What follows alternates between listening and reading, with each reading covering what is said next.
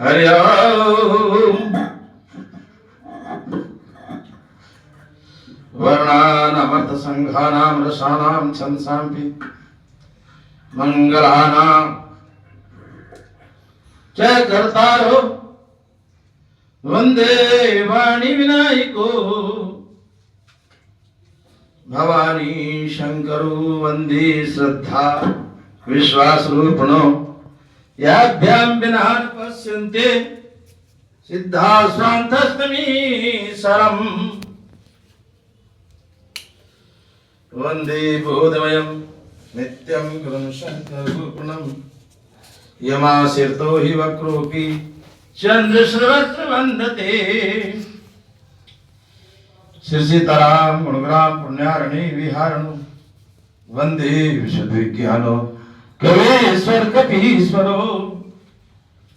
परम सत्य कल्याण की भागी आत्माओं, माताओं, बहनों व सब प्रभु प्रेमी भक्तजनों, बहुत ही सुंदर कथा श्री रामचरितमानस मास पुराण के अंतर्गत आप कथा सुन रहे हो। तो भगवान श्री राम और लक्ष्मण जी जानकी जी को खोजते हुए भीमनी से भेंट करने के बाद कहा ऋषिमुख पर्वत पर पहुंचते हैं।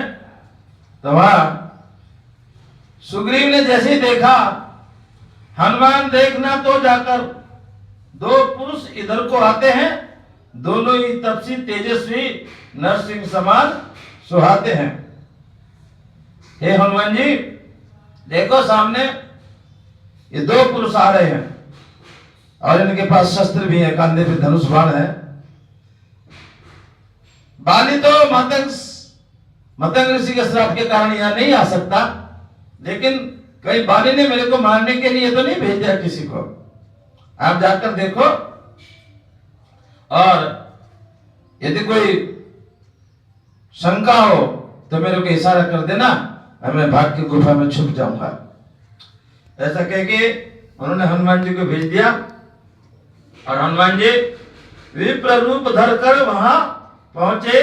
पवन कुमार, पवन कुमार हनुमान जी के पिताजी का नाम पवन भी था, पवन कुमार कहते थे। अब हनुमान जी का जन्म कैसे हुआ था ये भी समझ लीजिए। आज शनिवार का दिन है, हनुमान जी का विशेष दिन है। ये मंगलवार और शनिवार दो दिन हनुमान जी के विशेष दिन होते हैं। तो हनुमान जी का जन्म कैसे हुआ था इसकी भी बहुत बड़ी विचित्र कथा है। तो एक भस्मासुर नाम का दैत्य हुआ और यह सामने ही ऐसे कई दूसरी जगह भी लोग बताते हैं, लेकिन यह चंडी के साथ में ही आप सभी ने देखा होगा अंजनी माता तपस्या करती थी। यहाँ पे अंजनी माता यहाँ तपस्या करते थे। जहाँ चंडी माता का मंदिर है उसकी बराबर में अंजनी माता का भी मंदिर है। ऐसी कथा आती है, यहाँ पर माता जी तपस्या करते थे और यही भगवान शंकर जी ने भस्मासुर को वरदान दे दिया था, भस्म कंगन, आप सब जानते हो। तो जब भस्मासुर ने तपस्या किया, भगवान शंकर से वरदान मांगा और भगवान शंकर ने उसको दे दिया वरदान। कह रहे आप जिसको भी ये भस्म कंगन दे रहा हो, जिसके भी ऊपर कर दोगे वही भस्म हो जाएगा। भस्मासुर ने कहा तो महाराज राजा मैं हूं, ताकत तो मेरे पास आ गई, अब ये पार्वती भी मुझे दे दो। कह रहे क्या कहा है, यहाँ पार्वती भी मेरे को दो और मैं तुम्हें भस्म कर देता हूं। अब उसके पास तो भस्म कंगन आ गया था। आगे आगे भगवान शंकर जी और पार्वती जी और भागने लगे। भगवान तो कहते जा करके गुफा में छुप गए और माता जी के पीछे भागते भागते माता जी कहां एकदम भगवान विष्णु को याद किया। संकट में भगवान विष्णु ही सहायता करते हैं भगवान विष्णु प्रकट हुए, कहे क्या बात है माता जी बताओ। कह रहे ऐसे ऐसे इन्होंने इनको वरदान दे दिया, ये भस्म करने मेरे से कह रहा मेरी लुगाई बनो, मेरे साथ शादी करो। भगवान विष्णु ने कहा कोई बात नहीं, आप यहीं छुप के बैठो। और भगवान ने अपना विष्णु रूप, मोहिनी रूप, हाँ भगवान विष्णु बार बार जब जरूरत पड़ती तो वो मोहिनी रूप भी धारण कर लेते हैं। और मोहिनी रूप धारण कर लिया, और मोहिनी रूप धारण करने के बाद भस्मासुर से कहा मैं भी तो चाहती थी कोई मेरे को योद्धा मजबूत ताकतवर शादी करे। अरे ये शंकर भगवान के साथ विष्णु मुनि जो रूप धारण करा माता जी वाला, पार्वती जी वाला, तो भस्मासुर से कहने लगी माता जी, और भगवान विष्णु थे वो, उन्होंने अपना रूप धार लिया, बदल लिया एकदम। कह रहे आप जो है मैं आपसे के साथ शादी करने को तैयार हूं। किसने कहा? जो भगवान विष्णु ने मोहिनी रूप धारण किया, भस्मासुर से कहा। लेकिन इस पर इसके पास तो कुछ भी नहीं, शंकर के पास तो रहने को कोई जगह नहीं है, पेड़ के नीचे बैठा रहता है, खाने पीने को भी कुछ नहीं है, भाग धतूरा जो कोई नहीं खा वही खा जाता है घोट पीट के। तो मैं आपसे शादी करने को तैयार हूं, लेकिन एक बात जरूर है, इस पे नाचना बहुत अच्छा आता है। किस पे? भगवान शंकर पे। इसमें कुछ आवे ना आवे, लेकिन नृत्य बहुत सुंदर करते हैं। शंकर जैसा नृत्य कोई नहीं कर पाता। अगर आप भी नाच के दिखाओ, यदि आप भी नाच के दिखा दो मेरे को, तो बस मैं तुमसे शादी कर लूंगी। ऐसे उस विष्णु मोहिनी ने भस्मासुर से कहा। अब भस्मासुर माया, इसे तो माया कहते हैं, फंस गया माया में, वो नाचने लगा। नाचना तो आता नहीं, राक्षस था। लेकिन माता जी ने उसको कहा अरे ऐसे थे नाचते के और ऊपर नीचे ऐसे हाथ करो, ऊपर हाथ आए नीचे हाथ आए, और जैसे ही वो हाथ सिर के ऊपर गया जिसमें भस्म कंगन था, और माता जी विष्णु भगवान ने जो माता जी बनी हुई थी उन्होंने वहीं से बोल दिया भस्म हो जा, और वहीं पे वो भस्म हो गया। भस्मासुर को भस्म कर दिया। और विष्णु भगवान ने अपना असली रूप धारण किया, माता जी को भी बुलाया और शंकर भगवान को बुलाया। कह आ जाओ, समस्या खत्म हो गई, किसी को भी वरदान मत दिया करो, वरदान देने से पहले तो सोच लिया करो। ये बात सही है, आप भी दान पुण्य जब करते हो अपने घरों में तो पहले थोड़ा सोच समझ लो सामने वाला कौन है, मांगने वाला है। वरदान मांग रहा तो कौन था? राक्षस। ये देखा ही नहीं, भगवान शंकर ने वरदान दे दिया।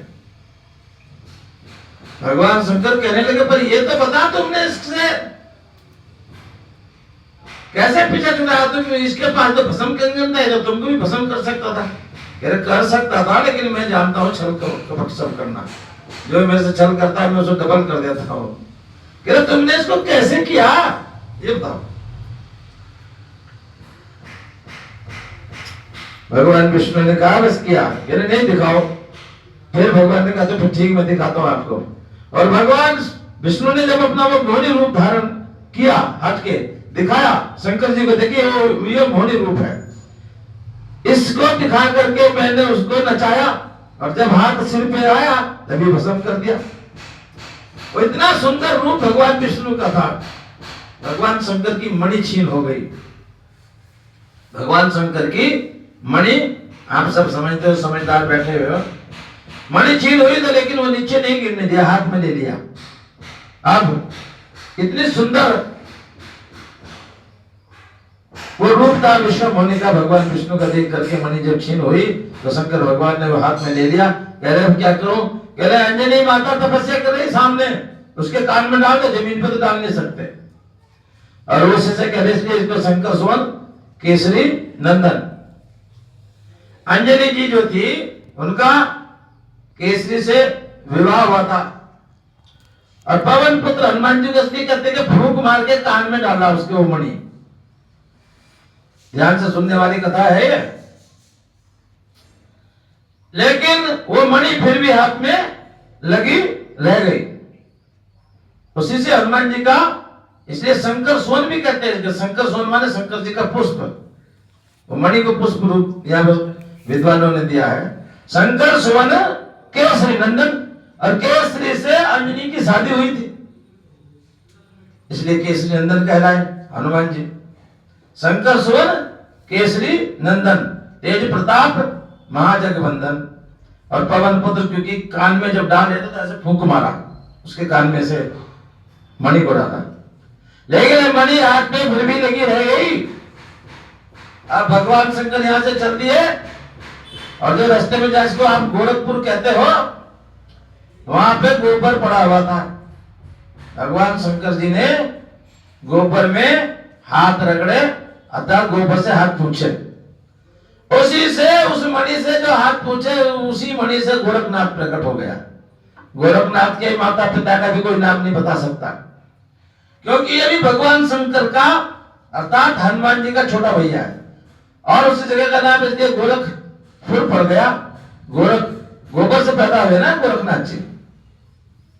बाद में वो सिद्ध हुए, नवनाथ में उनका नाम आता है। लेकिन मणि अभी भी हाथ में लगी रह गई। तो भगवान शंकर ने जाकर के, जहां आप गंगा सागर में तीर्थ यात्रा करने जाते हो, जब वहां पे जाके हाथ धोए तो वहां पे कुछ कणी जल में चली गई, तो उससे जलंधरनाथ पैदा हो गए। जलंधरनाथ के माता पिता का भी कोई नाम नहीं बता सकता। ये सब शंकर भगवान के ही अवतार हैं। और जब मच्छी ने कुछ कणी खाई उस वीर्य की, उस मणि की, उससे मच्छंदरनाथ पैदा हो गए। चारों, हनुमान जी, गोरखनाथ, जलंधरनाथ, मच्छंदरनाथ, ये चारों भगवान शंकर की मणि से उत्पन्न हुए, इसलिए चारों ही सिद्ध हुए और चारों ही एक तरह से भाई भी हुए आपस में। और जलंधरनाथ, मच्छंदरनाथ, गोरखनाथ, इन चारों के माता पिता का कोई नाम बता नहीं सकता, क्योंकि ये भगवान शंकर की मणि से ही प्रकट हुए। ऐसी कथा आती है। अब हनुमान जी ऊंचे पहाड़ देखा, ये दो तपस्वी कैसे घूम रहे हैं। हनुमान जी बोले, ऊंचे पहाड़, बालू बयार, निश्चल बानर का डर है भगवान, ऐसे बीड़ बिराने में आ गए आप क्यों कर भगवान। है आप यति तपसी कोई, या कोई क्षत्रिय बाके हैं, या भूले भटके आ निकले, जाते हो कहां से और कहां के हैं।